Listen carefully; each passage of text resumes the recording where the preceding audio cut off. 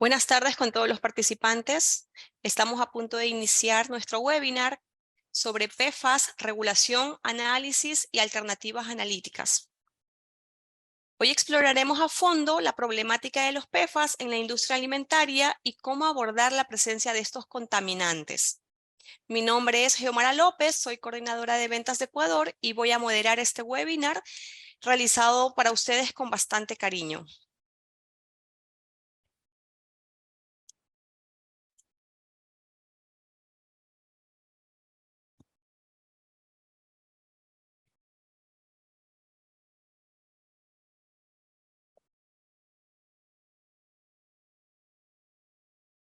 Nuestro ponente el día de hoy es la ingeniera María Fernanda Quirola.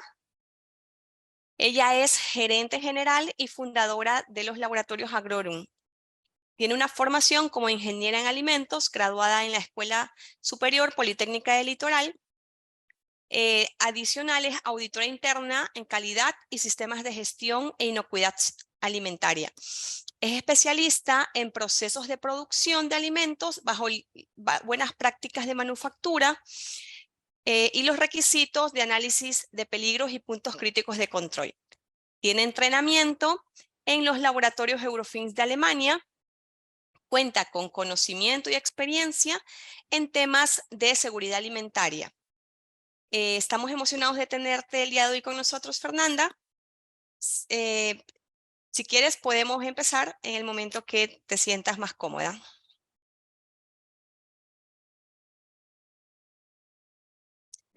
Tu micrófono está cerrado. Muchas gracias, Geomara. Bueno, buenas tardes con todos. Vamos a comenzar esta interesante charla de PFAS. Espero pues que sea bastante enriquecedora para todos. Comenzamos.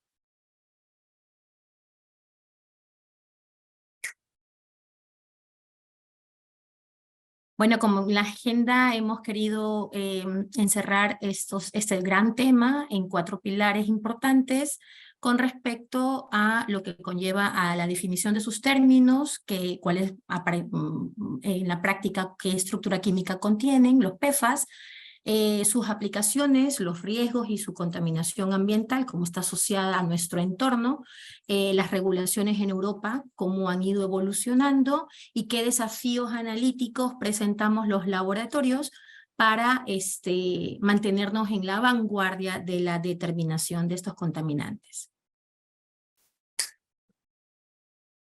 Bien, las sustancias PFAS, bien llamadas, su nombre es bien particular, un poco complejo de pronunciar, perfluoroalquiladas, son sustancias que fueron creadas por el hombre, son una clase de productos químicos sintéticos que se han utilizado en una amplia variedad de productos industriales y de consumo. De hecho, estas sustancias, más de 800 moléculas, tienen características antropogénicas, quiere decir pues que generan, van genéticamente entre las generaciones. Asimismo, contiene amplia gama de aplicaciones y productos que ya los vamos a ver más adelante, por su alta toxicidad y persistencia y su bioacumulación, porque no son biodegradables, es que precisamente entran en este gran alerta de el estudio que se viene evolucionando a través de los años. En el año 1930 se creó el teflón, descubierto principalmente en el año 1938. Luego, en los años 50, el teflón que fue utilizado ampliamente para productos industriales y de consumo, a partir de estos productos químicos también se desarrolla la espuma formadora de película acuosa, las más famosas AFs, que ya lo vamos a ver más adelante qué significa, qué son, para qué se usa. El uso de PFAS se está expandiendo en distintas industrias a lo largo de los años 60 y 70. En los años 2000, pues ya la distribución de ciertos PFAS es global, a nivel global, y comenzamos a hacer una eliminación voluntaria de productos, sin todavía conocer el impacto que estos tenían, ¿no? podemos ver que los PFAS son ampliamente, la imagen a la derecha, encontré una imagen que ilustraba su asociación química, podemos ver los no polímeros y los polímeros. Sin embargo, los que nosotros estamos hoy por hoy comentando y los que han desarrollado los ensayos de toxicidad son apenas de los que están coloreados en rojo, los perfluoroalquil, ácidos carboxílicos y las sustancias perfluoroalquiladas, ácidos sulfónicos, y las peripolifluoréter carboxílicos ácidos también. Entonces, estos son parte de los estudios que han desarrollado algunos países. Pues bien, principalmente estos cuatro moléculas que les había comentado, estos 4 compuestos, son los más característicos, dado que sus estructuras incluyen múltiples enlaces de carbono, con flúor, que son altamente estables, son resistentes a la degradación y persistentes en el ambiente tanto acuático como terrestre. Pueden contaminar el agua potable, el ganado, los mariscos, las plantas, etcétera, y pueden llegar así a los humanos por exposición dietética. Bueno, evidentemente estas composiciones, ustedes pueden ver que todos los compuestos de hidrógeno son sustituidos por flúor y tienen una característica principal que tienen un grupo funcional al final de su cadena de carbonos. De acuerdo a la ubicación de o de la estructura de su grupo funcional, se denomina qué grupo pertenece. Si los perfluorocarboxylic acids o hacia los perfluorosulfonic acids, ¿no? Como podemos también evaluar, estos contienen una alta capacidad de ser disruptores endocrinos y lo que estaba comentando hace un momento, pues tienen una estructura carbono-flúor muy estable en química orgánica, por eso es que fueron tan grandemente usados a nivel industrial, porque tienen unas características por ser excelentes tensoactivos, tienen una alta capacidad superficial, tienen una alta estabilidad térmica, son persistentes, no biodegradables y sin vida media. Esto la verdad es que a lo largo de los años no pensamos como humanos en qué impacto tendría una sustancia que no se degrada y que se acumula, ¿no? Interactúa particularmente, tiene una diferencia con otros contaminantes porque interactúa con la proteína, mientras que otros contaminantes, por ejemplo, que también son persistentes, se enriquecen o se depositan en grasas y tejidos grasos. Hablando de sus aplicaciones, estas sustancias sintéticas fueron creadas para el revestimiento resistente a las manchas de textiles, a estos antiadherentes, antiderrames, tanto para textiles y alfombras, para productos de limpieza, para cosméticos, revestimientos resistentes a la grasa de papel y cartón, por ejemplo, material de empaque de cartón que almacena alimentos grasosos, por ejemplo. Ahí hablamos de estas sustancias que forman películas acuosas, que son las AF, son espumas contra incendios de clase B que se usa comúnmente a nivel mundial para apagar incendios. Son tensoactivos también para el sector petrolero, para la producción petrolera y para la minería. Y bueno, algunos de la clasificación de PFAS también tienen vinculaciones con insecticidas, como por ejemplo el sulforamid.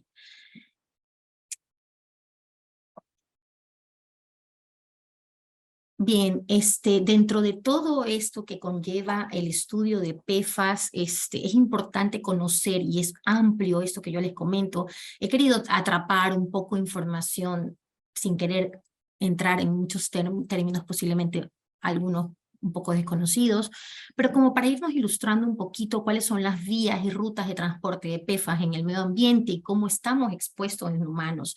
Al ser una sustancia que a nivel industrial ha sido ampliamente usado por estas características químicas que hemos visto, de repeler el agua, por ejemplo, de tener una tensión superficial activa, de ser fuertes, tensoactivos, pues todo parte del sector industrial, ¿no? El sector manufacturero, con pues sus principales procesos, generan pues esta bioacumulación en las cadenas alimentarias, tanto en acuáticas como terrestres. Se transfiere estos compuestos de PFAS también por las superficies que entran en contacto con los alimentos, ya sean superficies durante el procesamiento o durante el envasado, tanto en alimentos como en pienso animal. Los niveles que se han informado, por ejemplo, de las aguas subterráneas, cuando hablamos, por ejemplo, a nivel de desechos, estos desechos contaminan las aguas subterráneas, y en estas aguas subterráneas o estos suelos subterráneos se han hecho estudios y podemos ver que esto puede llegar a ser solo la punta del iceberg, dado que la gran mayoría de los PFAS migran lentamente a través del suelo. Los niveles de PFAS en aguas lluvias son irreversibles prácticamente. Estos se acumulan, estas aguas lluvias llegan a los mares, al mar, y evidentemente comienza pues esa contaminación ambiental, ya sea por los alimentos, por el agua que consumimos o por los alimentos de origen marino. También pueden ser bioacumulados y transmitidos por leche materna y el cordón umbilical, ¿no? Nosotros ahí vemos, por ejemplo, que PFAS en Europa ha tenido un amplio estudio. El periódico Le Monde es un medio francés, publicó un mapa en donde describe las contaminaciones detectadas, contaminaciones posibles y las producciones de PFAS a nivel Europa. Es de asombrarse, ¿no? Existen 20 productores de PFAS a nivel mundial, a nivel europeo, perdón. 232 plantas industriales de PFAS utilizan PFAS para la fabricación de plásticos, pinturas, barnices, pesticidas, textiles, impermeables. Más de 17.000 sitios donde se han detectado contaminación por PFAS, o sea, vemos por ejemplo esos puntitos rojos, y más de 21.000 sitios donde hay una posible contaminación y todavía faltan estudios para profundizar en el tema. Principalmente los usuarios de las espumas contra incendios, estas AF, que son estas sustancias formadoras de películas acuosas, son la fuente de contaminación con PFAS en muchos lugares, como bases militares, aeropuertos e industria petroquímica. Hablando un poquito de su modo de acción en el ser humano, que es lo que un poco viene esa causa de por qué la legislación de alimentos, por qué la legislación de los productos de consumo masivo están orientando sus esfuerzos para controlar y regular estas moléculas. Bueno, vamos a entrar un poquito a entender qué hacen estas moléculas en el cuerpo humano. Su modo de acción tiene efectos disruptores, ya habíamos dicho que son disruptores endocrinos, pero también varios estudios han mostrado una formación reducida de anticuerpos después de la vacunación. Esto principalmente se ve en los niños pequeños, ¿no? Pues al ser unos disruptores endocrinos también causan enfermedades a nivel de la tiroides, enfermedades también al hígado, incremento de los niveles de colesterol en sangre. Algunas sustancias de estos PFAS interfieren en el sistema hormonal humano, generando también cáncer testicular. Todavía se sospecha, todavía no es tan certero, acerca de la relación que tiene PFAS con el cáncer de seno, y también con respecto a los abortos espontáneos, la motilidad o el conteo bajo en esperma de espermatozoides, el riesgo de también de incrementar el periodo de maternidad, etcétera. Puede alterar procesos metabólicos como por ejemplo la resistencia a la insulina, y su efecto está comprobado que tiene un efecto carcinogénico, ¿no? Bien, estos PFAS en alimentos, para poder entender un poquito qué es lo que ha pasado. Bueno, PFAS a nivel de Estados Unidos, la FDA de Estados Unidos en el 2017 desarrolló un estudio que fue analizado algunos alimentos en cuanto a estas moléculas de PFAS, una amplia gama de alimentos procesados de distribución regional y nacional. Hay algunos dentro de estos estudios, por ejemplo, hay algunos que conllevan a origen ecuatorianos, como el atún. Análisis en muestras de alimentos también cultivados y producidos en áreas con contaminación conocidas de PFAS, y fue un muestreo dirigido sobre todo a productos del mar. ¿Okay? ¿Qué nos demostró esto? Pues a breves rasgos le podemos comentar que el producto con mayor contenido de PFAS en Estados Unidos, según la FDA, fue en las almejas. Las almejas determinaron la presencia de los 10 compuestos de PFAS que fueron estudiados, que están en esta gráfica.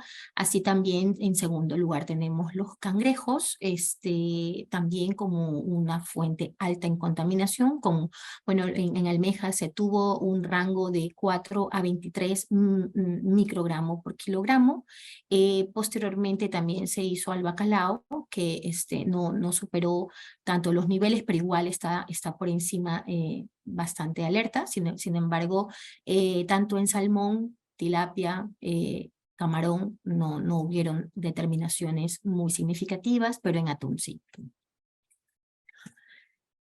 Como para conocer a lo largo del tiempo cómo hemos venido monitorando en cambio la Unión Europea, podemos darnos cuenta que desde el 2010 la Unión Europea solicitó datos para comenzar el estudio de PFAS. Hizo una recopilación, una convocatoria para la recopilación continua sobre los datos acerca de la persistencia de estos contaminantes a lo largo del 2010 a los 2016. Hay algunos, dentro de estos son los PFAS. En el 2012, EFSA saca pues el informe científico acerca de que las sustancias perfluoroquiladas, llamadas PFAS, están presentes en los alimentos y que existe una exposición dietética con relación al ser humano. Es ahí en donde en el año del 2012, que publicó EFSA, al 2018, en el 2018 se hizo la Comunidad Europea pidió a la EFSA que volviera a evaluar el riesgo de PFAS para la salud humana utilizando todos los datos disponibles actualizados. En el 2020 convocaron a una recopilación continua de datos sobre la presencia de estos contaminantes químicos y EFSA sacó en el 2020 una opinión acerca del riesgo para las personas que ya había determinado la presencia y la relación que tiene EFSA con el cáncer, ¿no? En el 2022 es donde se inicia la regulación progresiva, en donde se publica el reglamento de la Unión Europea 2022-2388, los límites máximos permitidos de PFAS, que son seleccionados en cierto grupo de alimentos, los más significantes a su contribución, que vemos, por ejemplo, pescado y otros alimentos del mar, tenemos frutas y otros productos de frutas a partir de frutas, huevos y los derivados de huevo, carnes y productos cárnicos. En este año 2022, también, y en los últimos meses ha venido siendo publicado interesantes recomendaciones, la recomendación muy importante de la Unión Europea, que es la 1431, que es el seguimiento de 28 PFAS en matrices alimentarias durante los siguientes 4 años. Y también hay un reglamento, una directriz para los laboratorios y también para los muestreos correctos para la determinación de PFAS. También sacaron una guía analítica para la validación del método por la Unión Europea.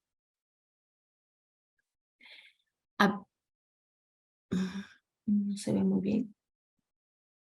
Bueno, aquí hay una distorsión de la imagen de las tablas, pero trataré de irlo explicando breve. La regulación, básicamente, que es lo que estábamos comentando en la línea del tiempo anterior.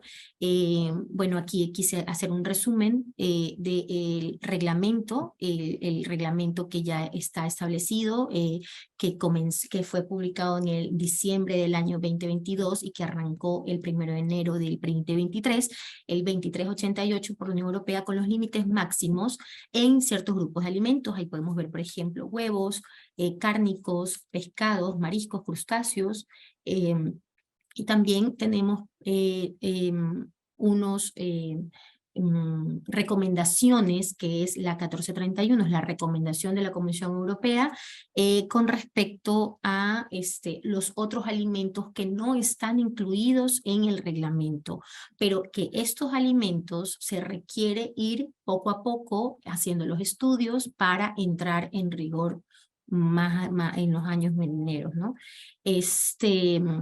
Existen regulados solo 4 grupos de PFAS, pero los que están, los deseables, los que queremos en el futuro y también incluirlos son 28. Aunque también hay unos emergentes que, bueno, ahí no se ven, que están nos estamos dando cuenta que forman parte de esta larga cadena de contaminantes ambientales. Y bueno, vemos, por ejemplo, también que existe dentro de la Unión Europea, en el artículo 3 del reglamento 2023-915, qué se hace con los alimentos que son transformados o los alimentos procesados. ¿Cuál es el límite para los alimentos procesados? Perdón. Entonces ahí, por ejemplo, habla acerca de que cuando en el anexo 1 no se establezcan límites máximos específicos de la Unión Europea para los alimentos desecados, diluidos, transformados o compuestos, es decir, compuestos por más de un ingrediente, se tendrán en cuenta los siguientes aspectos. Es muy importante saber cuáles son los cambios de concentración del contaminante provocado por el proceso de secado o dilución, o también por el proceso de transformación, las proporciones relativas de los ingredientes en el producto y el límite analítico de cuantificación. La ley es bien explícita. Cuando la autoridad competente lleva a cabo un control oficial, la empresa alimentaria facilitará y justificará los factores específicos de concentración, dilución o transformación para las operaciones de secado. Recordemos que los límites máximos están orientados a la ingesta diaria que se determina en los ensayos toxicológicos. Es por eso que se tiene que llegar a conocer cuál es el factor de dilución, transformación o secado, para conocer así la proporción de ingredientes para las operaciones de la mezcla de la que se trate, ¿no? Cuando no se establezcan límites máximos específicos en la Unión Europea, para lactantes y niños de corta edad, los Estados miembros podrán establecer los límites más estrictos para dichos alimentos. Esto es muy importante tenerlo en claro para todos los que son productores de baby food. Bueno, con respecto a los métodos de muestreo para el control de PFAS, ahí podemos ver, por ejemplo, en el 1438, que es 2022, que están las recomendaciones para realizar estos muestreos en el literal A15, donde establece las precauciones. Durante el muestreo y la preparación de muestra deberá tomarse precauciones para evitar toda alteración que pueda modificar el contenido de PFAS, que puede afectar negativamente a los análisis o le restar de la representatividad de la muestra. Las personas responsables del muestreo tomarán las siguientes precauciones: no llevar ropa ni guantes que contengan revestimientos de fluoropolímeros o que se hayan sido tratados con PFAS para mejorar la repelencia al agua y a las manchas. No utilizar cremas hidratantes, cosméticos, cremas de manos, protectores solares y productos relacionados que contengan PFAS para el día del muestreo. Los materiales utilizados durante el muestreo y el almacenamiento y la transmisión de muestras no pueden contener PFAS. La muestra no debe estar en contacto con ningún material como planchas de corte, recipientes para muestras, revestimientos con tapones de muestras que estén hechos de teflón u otros fluoropolímeros, y debería evitarse estar en contacto con otros materiales que contengan PFAS.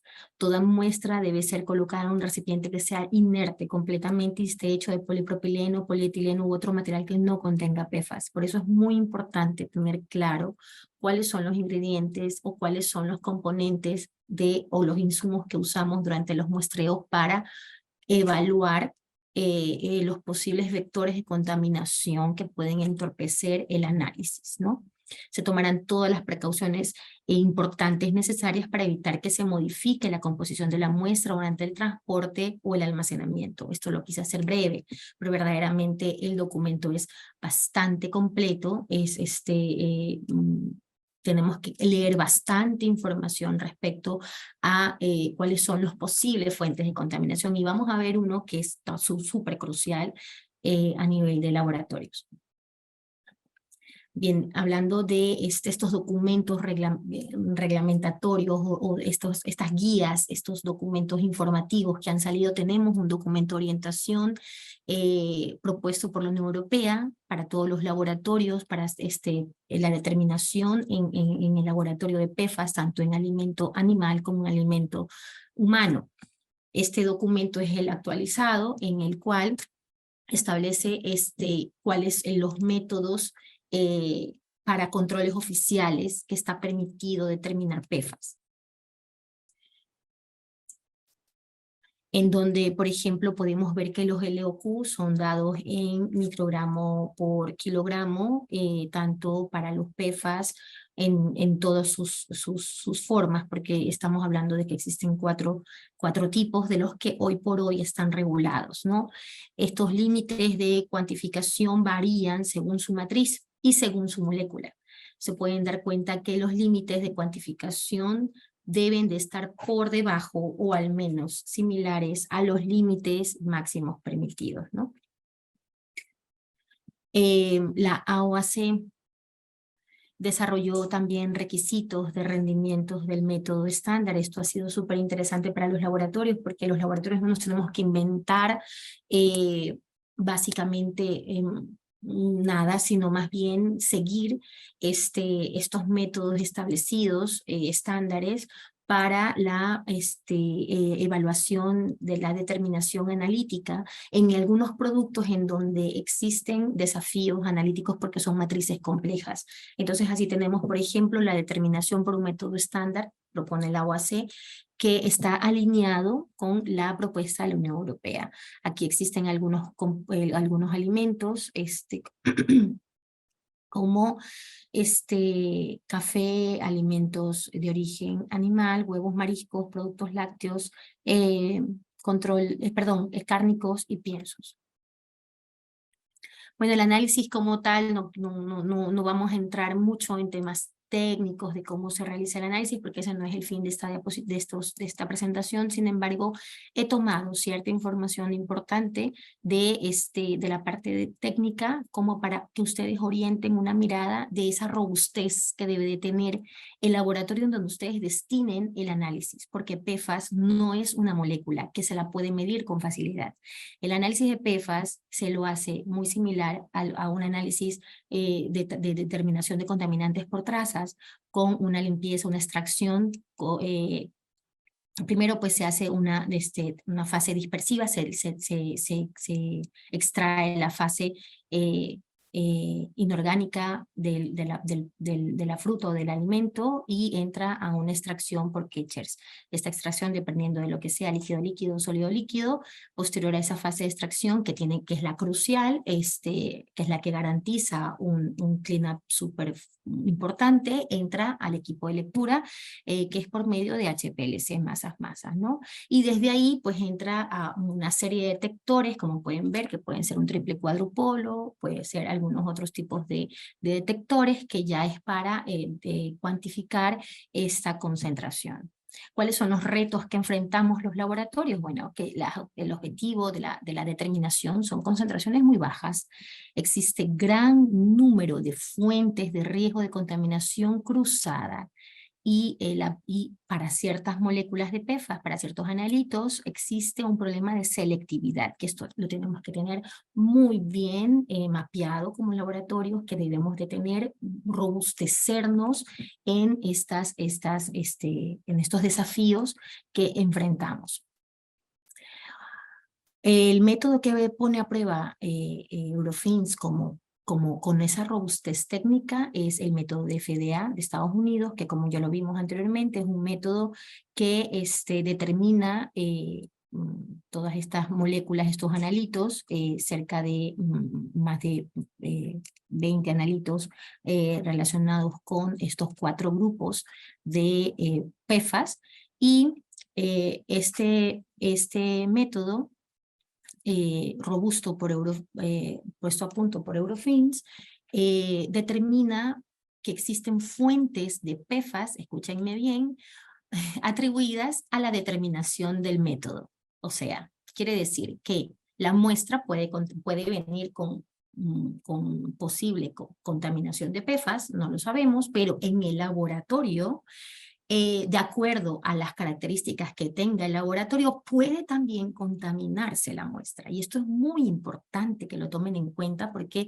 en este sentido Eurofins, a la vanguardia del conocimiento técnico, ha desarrollado y ha querido compartir con el mercado analítico que existen partes del instrumento analítico de lectura del sistema de cromatografía líquida que generan estas contaminaciones, porque como yo dije, PFAS es un compuesto que se ha producido y que es estupendo para muchas cosas, que se requiere características de repeler o de tensoactivos, pues en algunas partes de los sistemas de análisis se han construido partes de piezas de equipos con estos componentes. Entonces, cuando entramos desde hace muchos años atrás a poner a punto los métodos PFAS, estamos hablando desde el 2016, que comenzaron este tema 2012 a moverse mucho EFSA con los contaminantes, nos dimos cuenta que hay fuentes de PFAS de fondo que le llaman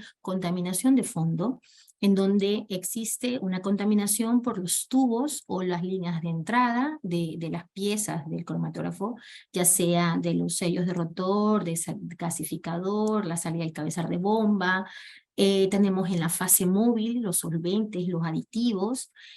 También tenemos pues toda la parte de la unidad de evaporación, los solventes, puede venir acetonitrilo, el metanol, el ácido fórmico, las sales de Ketchers que se usan para la extracción y también en la preparación de muestra, material de laboratorio, recipientes de extracción, jeringas, filtros, viales, tapas, todo tipo de compuestos pues pueden llegar a ser parte de la suma de estos contaminantes. PFAS es un contaminante alerta sumamente pues que genera un ambiente muy caótico porque atraviesa en muchos tipos de sectores una fabricación innumerable de insumos, que sin ellos pues muchas cosas no se pudieran lograr. Entonces, dado estos antecedentes que conocemos de PFAS, perdón, Eurofins ha propuesto cómo nosotros podemos garantizar a nuestros clientes y a la industria y al sector industrial, y para ser como laboratorio oficial de la Unión Europea para la determinación de PFAS, cómo logramos controlar esta contaminación de fondo. Y ahí tenemos, por ejemplo, que para cada una de las cosas existe una propuesta interesante. Eliminación de fondo tenemos, por ejemplo, con eliminar el kit que contiene PFAS, cambiarlo por un kit libre de eso. Se utiliza material de laboratorio a base de polipropileno o vidrio y no se observan PFAS de fondo por esta fuente. Se tuvieron que evaluar disolventes y mezclas de sales de varios proveedores para obtener productos razonablemente libres de PFAS. Tenemos niveles de fondo aceptables para la mayoría de los analitos, con excepción de ciertos PFAS como el PFBA. Tenemos, por ejemplo, un evaporador de nitrógeno identificado como una fuente importante de contaminación y se generan un sistema diferente y una limpieza regular que pueda ser medible en cada lote de análisis. Nosotros, la verdad es que yo quise compartir esto que me interesó mucho porque es importante que ustedes sepan cómo se genera la validación. Para decir que un método, para Eurofins, decir que un método está validado, que estoy apto para ser competente para analizar, debo de cumplir unos estrictos lineamientos técnicos. No puedo decir solo que lo puedo leer, sino que debo de garantizar que el valor que arrojo es real, es veraz. El valor es lo que es. Para decir eso, debo de cumplir con criterios de desempeño, de selectividad, linealidad, precisión y de límites de cuantificación. Esto lo tengo que hacer por cada matriz. Fórmulas infantiles de leche entera, fórmula infantil en polvo, leche en polvo o maltodextrinas, aceite de soya, almejas enlatadas, tejido muscular de salmón, etc. Y de acuerdo a cada una de esas matrices, evaluar por niveles. Esa selectividad, ese método debe de estar identificado con con un material de referencia que me permita conocer que el valor que estoy cuantificando es el valor correcto, ¿no? Hacemos nosotros controles de blanco, ya lo vamos a ver en unas gráficas más adelante, que permite evaluar cómo mi equipo tiene la capacidad de determinar que así como entra en la rutina la muestra, que puede tener una determinación de positivo, tiene que entrar una muestra como un blanco que no contenga determinación para decir que mi equipo lee tanto positivos como negativos, ¿no? Entonces, son un sinnúmero de componentes técnicos que no voy a entrar en estos momentos, pero que aseguran un rendimiento del método sumamente eficaz, sumamente asegurando la validez de estos resultados. Es importante determinar que cuando un laboratorio, y lo digo por otros, no por Eurofins, porque Eurofins descubrió o ellos mismos tuvieron esa iniciativa de empezar a hacer controles internos para quitar posibles fuentes de contaminación de fondo, es importante que esto les sea útil a todas las empresas que quieran analizar PFAS, que no es un reto fácil de hacerlo. No digo que no sea posible, pero hay que tomar en cuenta que se requiere una expertise, una ciencia muy, muy amplia en cuanto al estudio de PFAS. A mano izquierda pueden ver la gráfica, estas curvas de colores, en donde los blancos, que deberían generar como un blanco, o sea, una línea no detectable, son detectables. O sea, anteriormente, cuando no habíamos controlado esas contaminaciones de fondo en un laboratorio, miren cómo se observa, ¿no? Con esa contaminación de fondo. Mientras que con los blancos controlados, que no han sido contaminados con ningún compuesto dentro de la ejecución de la rutina analítica, pues se pueden dar cuenta que el blanco definitivamente es aceptable. Básicamente, para nosotros esto es importante porque en cuanto a la legislación europea, que es bastante amplia y que todavía hay muchos documentos que se están desarrollando, se orienta a la búsqueda y control voluntaria de las industrias hacia la determinación de los PFAS en todas sus cadenas productivas. Por eso yo los invito a ustedes, que son parte de la cadena alimentaria, a desarrollar análisis de PFAS para que ustedes primero conozcan sus posibles fuentes de contaminación. Como vimos, puede ser en aguas, materias primas, materiales de empaque, después o antes de un proceso. Puede también llegar a ser contaminación por contacto de superficies, ya sean bandas transportadoras. Tienen que evaluar qué tipo de posibles puntos de control deben de llegar a darse para que ustedes conozcan cómo es el comportamiento de PFAS. Y cuando ya lo empiece a regular la Unión Europea y los Estados Unidos, ustedes ya cuenten con esa información a la mano y se puedan producir a la vanguardia de la calidad que exige el mundo. Yo les agradezco mucho y espero que haya sido de mucho interés para ustedes. Gracias. Muchas gracias, María Fernanda, bastante interesante. Creo que hemos aprendido muchísimo todos de este tema, es bastante interesante.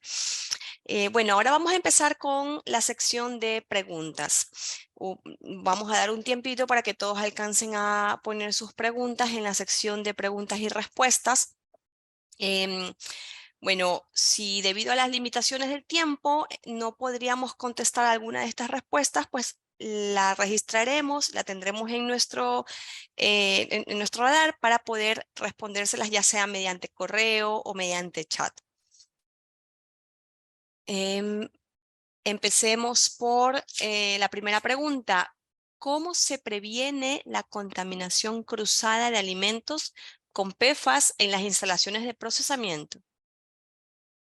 Bien, primero, para conocer las posibles fuentes de contaminación que pueden llegarse a dar, ustedes tienen que hacer un análisis amplio de causas, de las posibles causas, ¿no? Estamos hablando de que los alimentos, las materias primas que tengan contacto con agua marina, agua de ríos, son un factor importante. Plantas que vengan alimentadas con agua de ríos o plantas. Y recordemos que los PFAS tienen la característica de ser bioacumulados, no son biodegradados.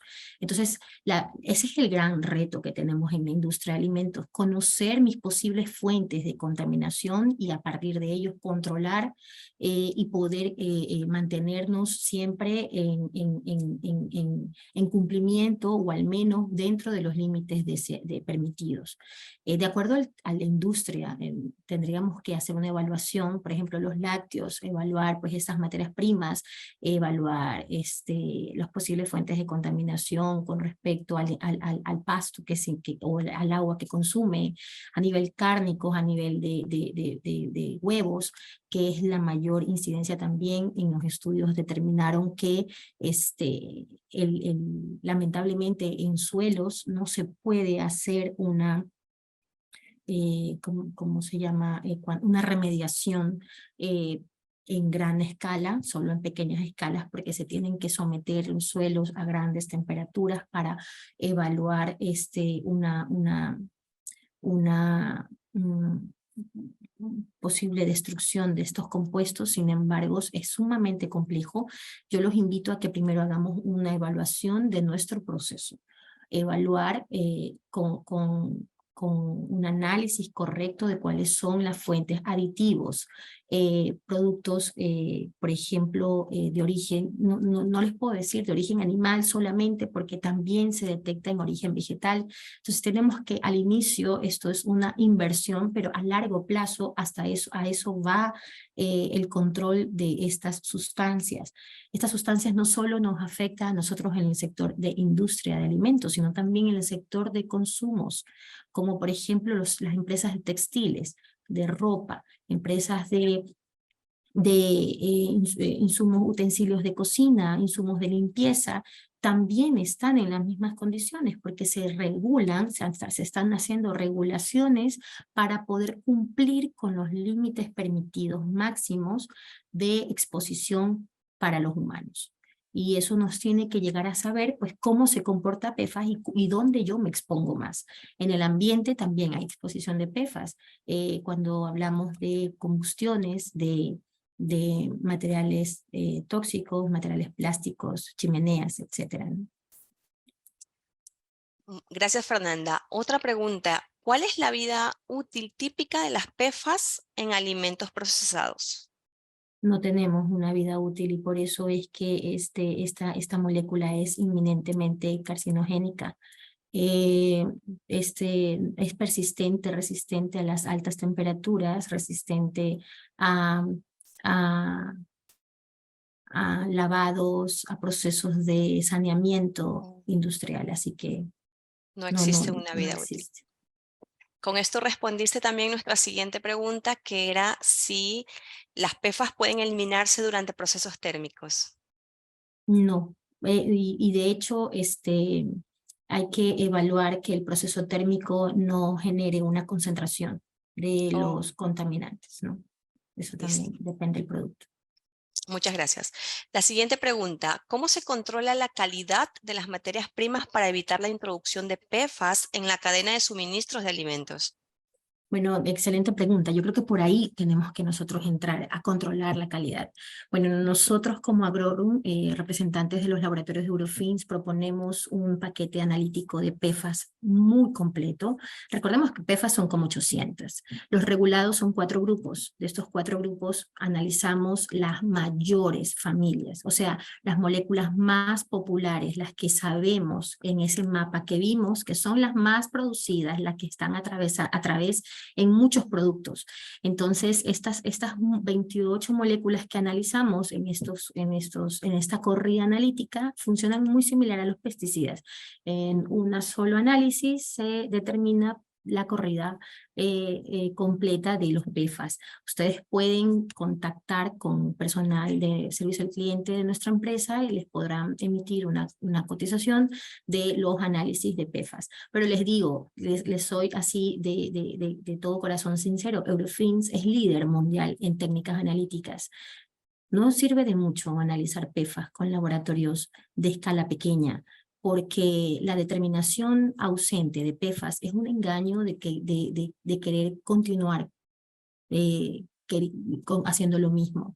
Tenemos que realmente estar seguros que nuestra producción es libre de PFAS. Y decir libre, algunos artículos decían, es imposible en muchas ocasiones decir que estamos libres, pero decir que cumplimos con los límites que son permitidos es correcto, porque ya hablamos que existe contaminaciones ambientales en ríos, en aguas subterráneas. Entonces, sería mucho más ventajoso que desde ahora ustedes tengan valores reales, veraces de la calidad de sus productos, de todos el control de suministros, para después poder tomar acciones que les permitan mitigar.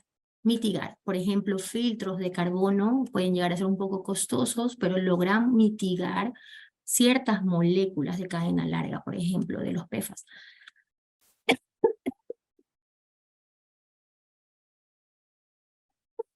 Perdón. Gracias, Fernanda, por la respuesta. Tenemos otra pregunta. Tú mencionaste algunas regulaciones específicas para PFAS. Entre estas, ¿existe alguna de Ecuador? O en todo caso, ¿con cuál nosotros nos podemos dar un alcance para la regulación dentro de Ecuador? Bueno, no, estamos hablando de que en el año 2022 recién se reguló en Europa. Pesticidas todavía nos cuesta un poquito a Ecuador regularse con una propia legislación.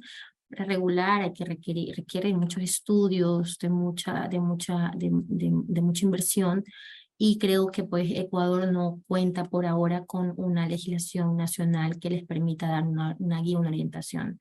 Nosotros nos tenemos que amparar de estas regulaciones internacionales, porque es lo que están exigiéndose en el mundo. Y si somos un país exportador, que nuestros productos van a países europeos, norteamericanos, debemos abrazar esas regulaciones como propias y hacerlas en la medida de lo posible cumplir en cada uno de nuestra producción.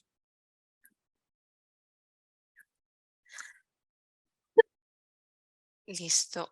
Bueno, unas preguntas que van de la mano a esa que te acabo de hacer es si existen límites específicos para lo que son cacao o chocolates o derivados del cacao y para vegetales congelados. Bueno, yo ahorita no tengo a la mano la legislación, tendría que verla. Yo si quiere le puedo pasar la norma, perdón, la regulación europea. Hay un listado extenso, no me percaté si había cacao, me parece que no lo vi.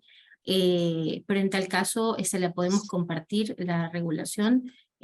También la que no es regulación, sino que es una recomendación, que es una lista mucho más extensa también. Y bueno, esas dos serían. Y la de los productos procesados, para el que tú me dices, vegetales Congelados. congelados. Sí.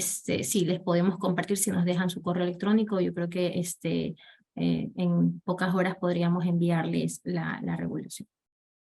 Claro. Listo. Las personas que hicieron la consulta de matrices específicas nos pueden dejar su correo y nosotros le haremos llegar la regulación. De la misma manera, todas las personas que estén interesadas en tener el alcance de la norma nos pueden dejar su correo. En la sección del chat puede ser. Listo. Otra pregunta tenemos, ¿cómo se deben informar los resultados de análisis de PFAS a las autoridades reguladoras?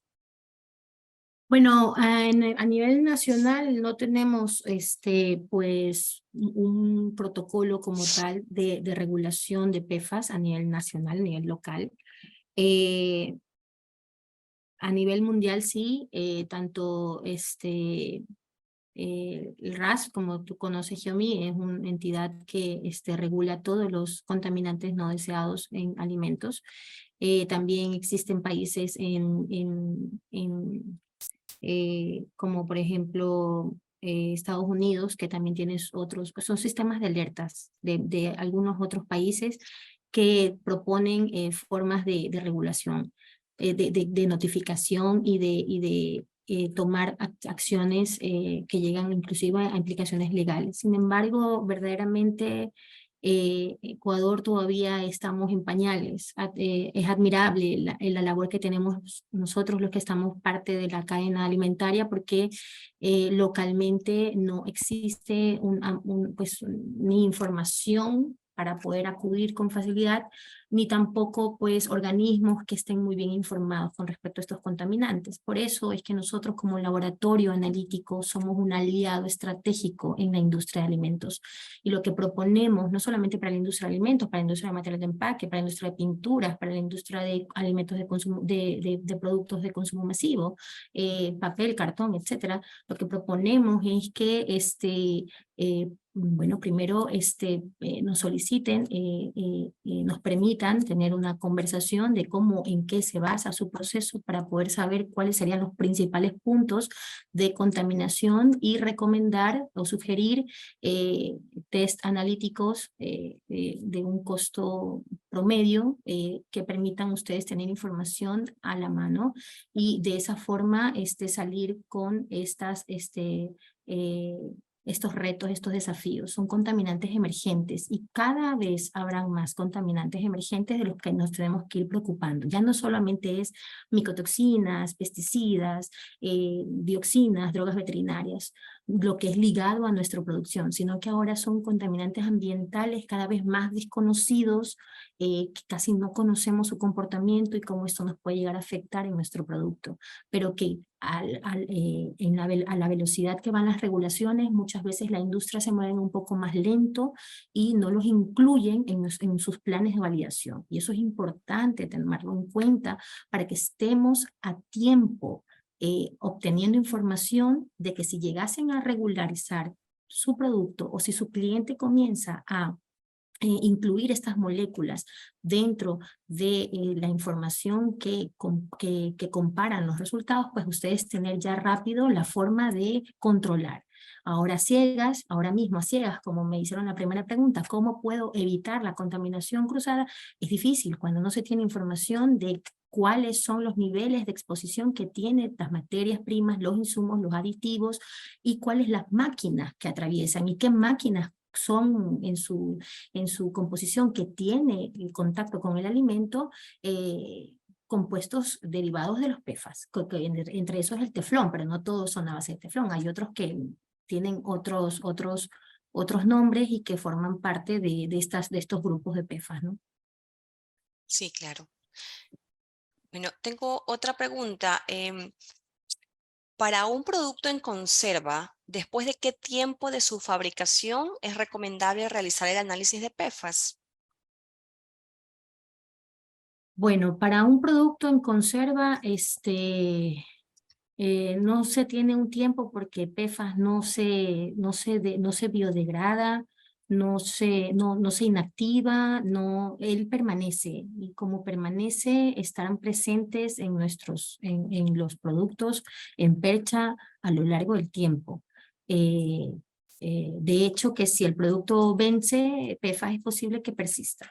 Entonces, no juega un rol de interacción con los nutrientes del alimento que vayan a biodegradar, no, es inherente. Usted puede hacer el estudio de PFAS ni bien de salido de la producción, un lote reciente, o puede hacerlo después de la fecha de vencimiento y en la contaminación, si existiese, permanece. Fernanda, para conocer el origen de las PFAS, eh, ¿tú recomendarías realizar el análisis en el producto terminado o es preferible evaluar las materias primas? Bueno, siempre partimos del producto terminado como un norte, ¿sí? Partimos como un norte, pero cuando hablamos de productos ya muy directamente relacionados con PFAS, como hablamos, por ejemplo, un atún enlatado, cuando hablamos de un producto agrícola cercano a producción minera, cuando hablamos de o producción petrolera, cuando hablamos de un producto que ha estado en contacto con químicos para la producción por ejemplo, el canguil instantáneo, no sé cómo decirle que se mete Para en ese tipo. microondas. Correcto, ya ahí no entraría mucho el sentido de hacerlo al producto terminado porque sabemos que va a contener. Entonces ahí entraría un poquito a irnos más atrás. Primero siempre arrancar del producto terminado cuando no conocemos nada, cuando no sabemos nada. Y de salir presencia, uno va viendo, ok, cuáles son los ingredientes que contiene. Vamos a analizarlos por separado. Y después vemos qué pasa también con los materiales de empaque.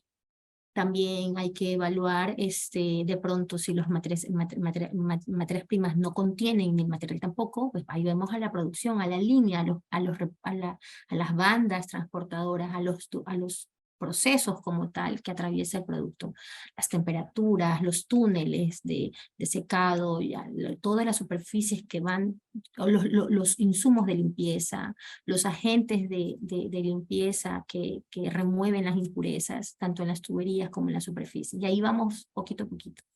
Es un reto bastante fuerte. Listo. Bueno, haremos la última pregunta. ¿Cómo pueden las empresas de alimentos asegurarse de que cumplen con las regulaciones cambiantes relacionadas con PFAS? Primero, siempre estar informados. Las industrias de alimentos cada vez más deben estar informados de las nuevas moléculas. Nosotros tenemos que estar un paso más adelante que nuestro comprador de fruta. No puede ser al revés, porque si estamos actuando al revés, nos quedamos fuera de la competencia con nuestros productos que no logramos conocer en dónde está el contaminante. Entonces, si ya se está hablando desde el 2022 de PFAS, si ustedes van escuchando, suscríbanse en nuestros blogs de información técnica. Nosotros sacamos estas alertas interesantes a nivel mundial y las transmitimos aquí, aunque muchas veces me dicen, ah, sí, pero es que eso pasó en Suiza, eso pasó en Japón, eso pasó. Es importante estar alertas porque estas moléculas emergentes llegan de alguna forma, en algunas ocasiones, a causar también un impacto en nuestro mercado. Entonces tenemos, por ejemplo, el ácido fosfónico, por ejemplo, no solamente es para banano, estamos hablando también en uva, en aguacate, en muchos otros cultivos. Y creíamos que solo era enfocado en banano porque para el Ecuador es bananero, pero vemos que en otros países implican estas sustancias otros cultivos. Entonces, asimismo, los PFAS, ¿no? Nitrosaminas, hablamos de muchos contaminantes, ¿no? Entonces, es importante primero estar informados. Y segundo, ir presupuestando dentro de nuestro plan de inocuidad, donde podemos ir haciendo poco a poco, invirtiendo para que en el futuro saber qué es lo que debo ir cambiando, a dónde debo ir orientando, recolectar información. La legislación se forma de datos recopilados de la historia, no es que se forma de la noche a la mañana. Ustedes también, los cambios que tienen que ir haciendo es de la información que vayan recopilando desde ahora. Desde ahora ir poco a poco sumando, no digo una inversión alta, sino hacer una inversión progresiva para obtener información de posibles contaminaciones o de comportamientos del PFAS dentro de la cadena productiva. Excelente. Muchísimas gracias, María Fernanda, por tu participación. Gracias. Creo que estamos todos muy contentos con este tema bastante interesante. Bueno, llegamos al final de nuestro webinar. De todas maneras, cualquier otra pregunta que se haya quedado sin responder, por favor, nos la pueden hacer llegar por cualquiera de nuestros canales. Les queremos agradecer a todos la participación. Al final del webinar, bueno, cuando cerremos, hay un formulario el cual lo pueden llenar si es que quieren tener acceso a la presentación, a las diapositivas utilizadas por nuestro ponente